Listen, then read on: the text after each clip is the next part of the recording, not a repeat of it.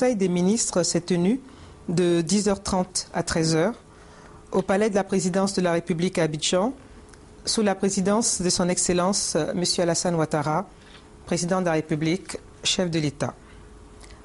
Avant d'aborder l'ordre du jour du Conseil des ministres, le ministre d'État, ministre du Plan et du Développement, a remis officiellement le Plan national de développement PND 2012-2015 au Président de la République Alassane Ouattara, permettant ainsi d'atteindre les objectifs fixés par le gouvernement.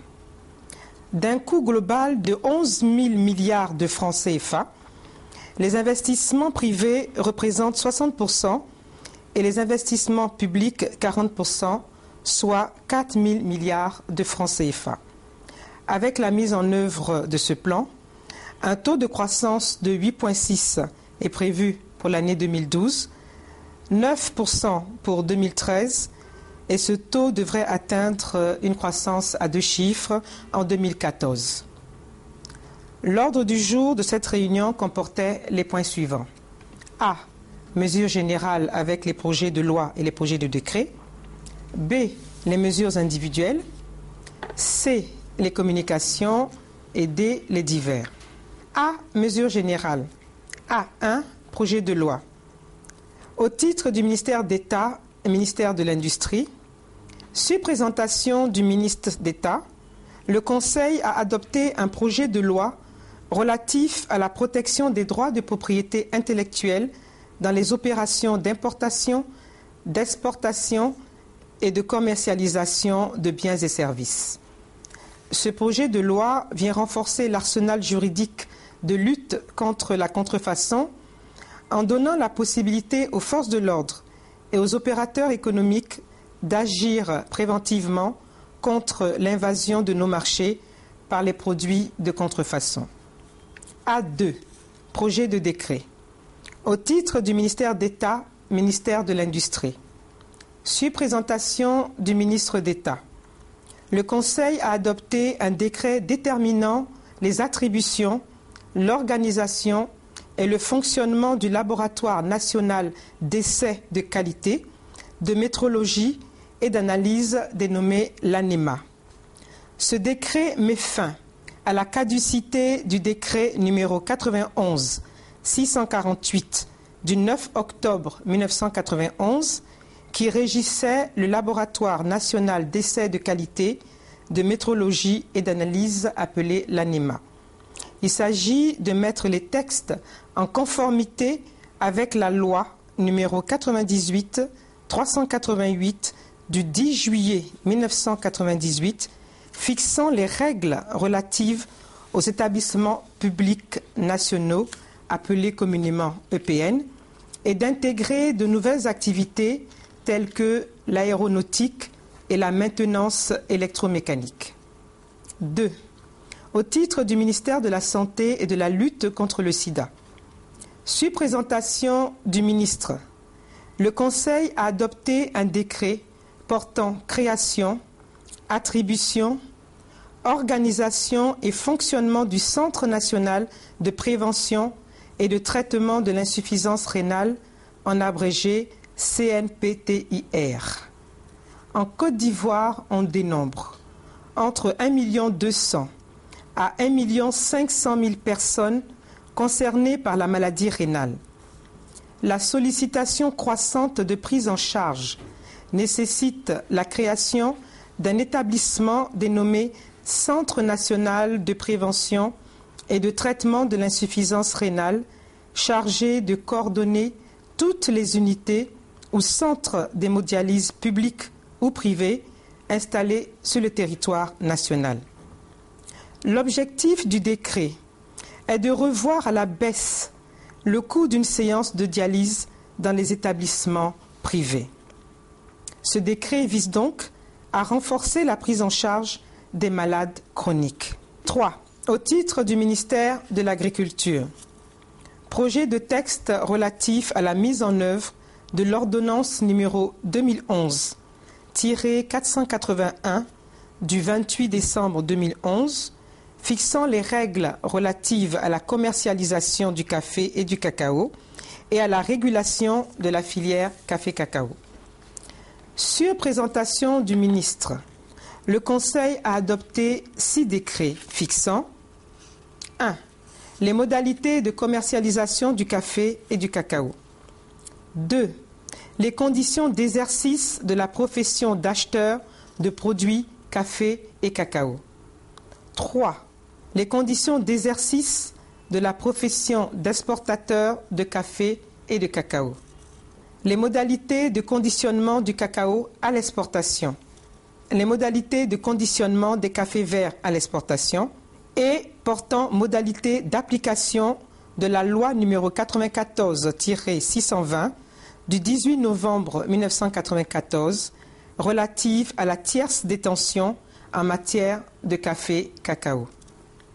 Les présents décrets interviennent en lieu et place des anciens textes pris pendant la libéralisation.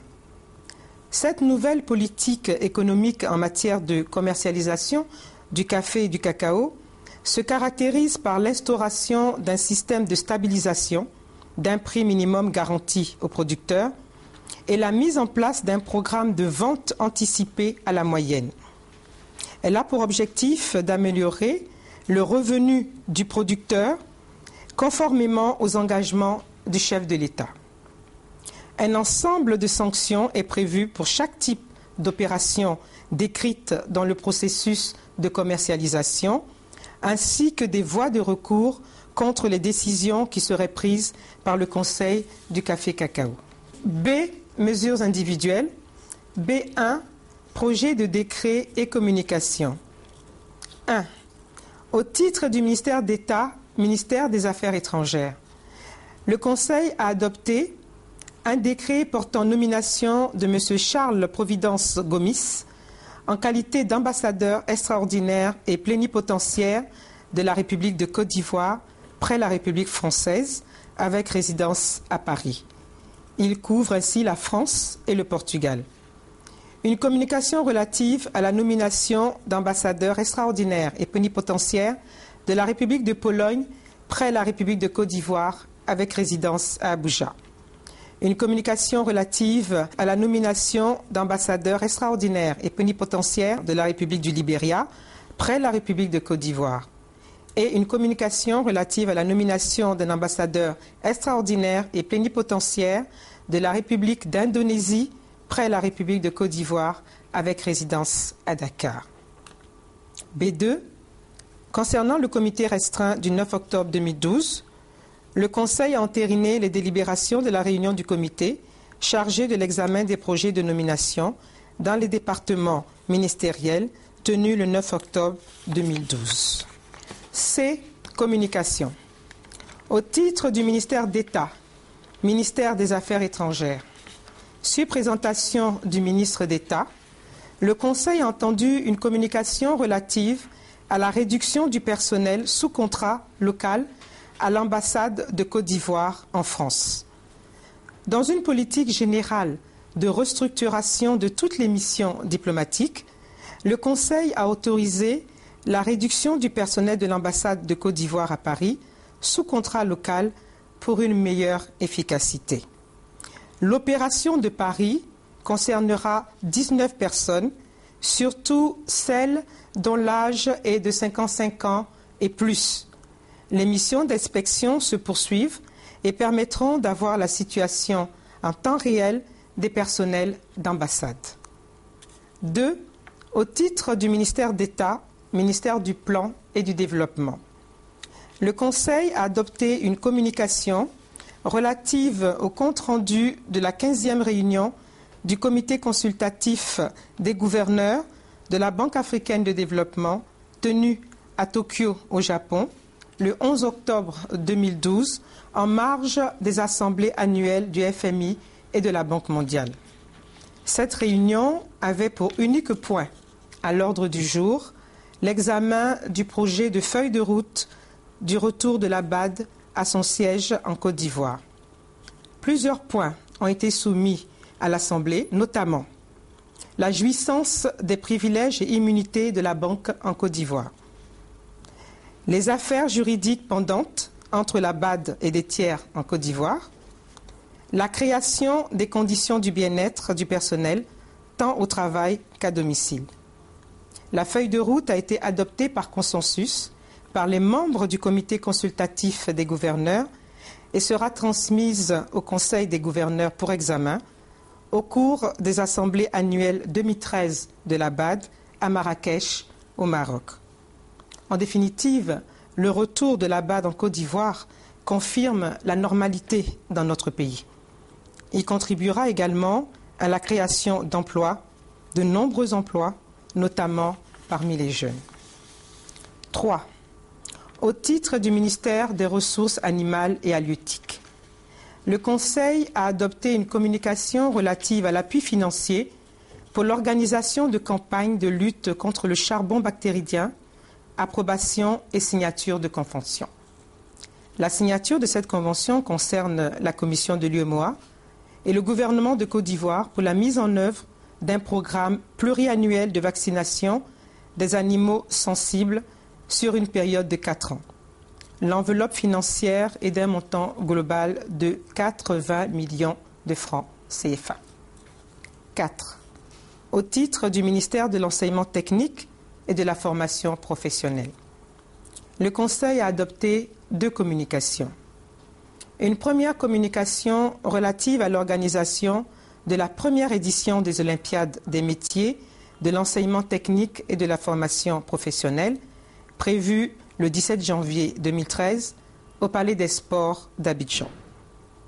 Une deuxième communication portant sur la mise en œuvre des formations qualifiantes dans les établissements de formation professionnelle en Côte d'Ivoire.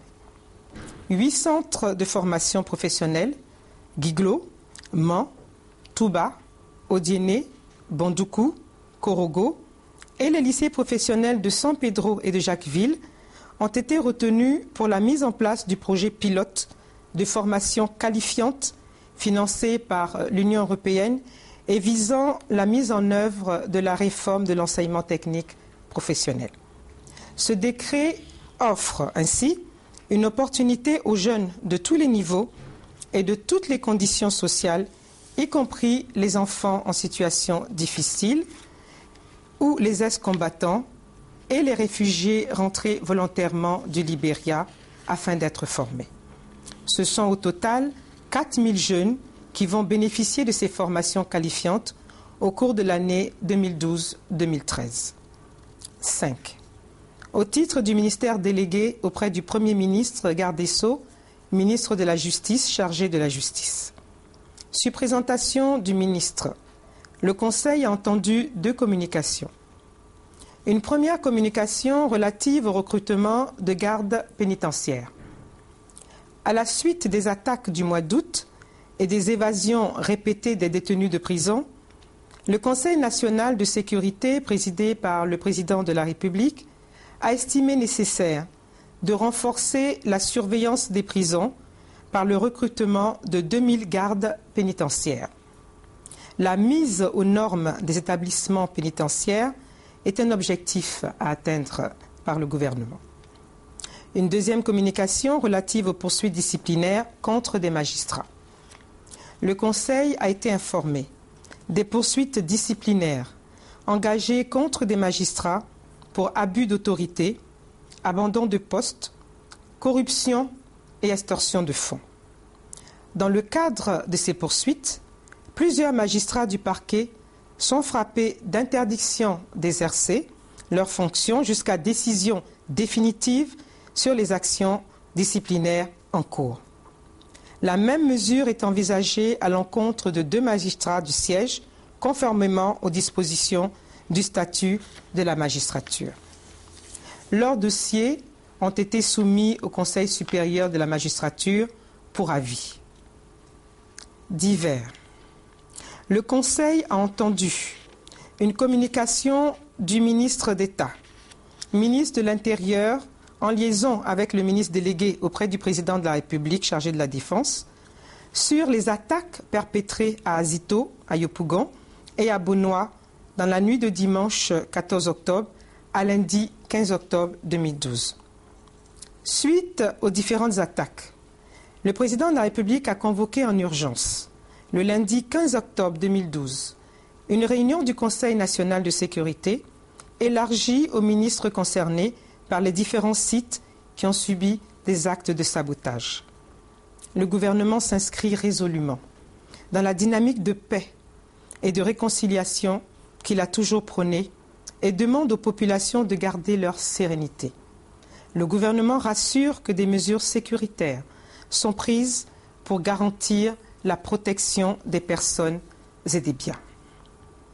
Le Conseil a ensuite entendu une communication du ministre des Sports et Loisirs relative au bilan du match retour Sénégal-Côte d'Ivoire du 13 octobre 2012 en vue de la qualification pour la Coupe d'Afrique des Nations de football à Cannes 2013. Le Conseil a félicité les éléphants de Côte d'Ivoire pour leur qualification pour la Coupe d'Afrique 2013 en Afrique du Sud.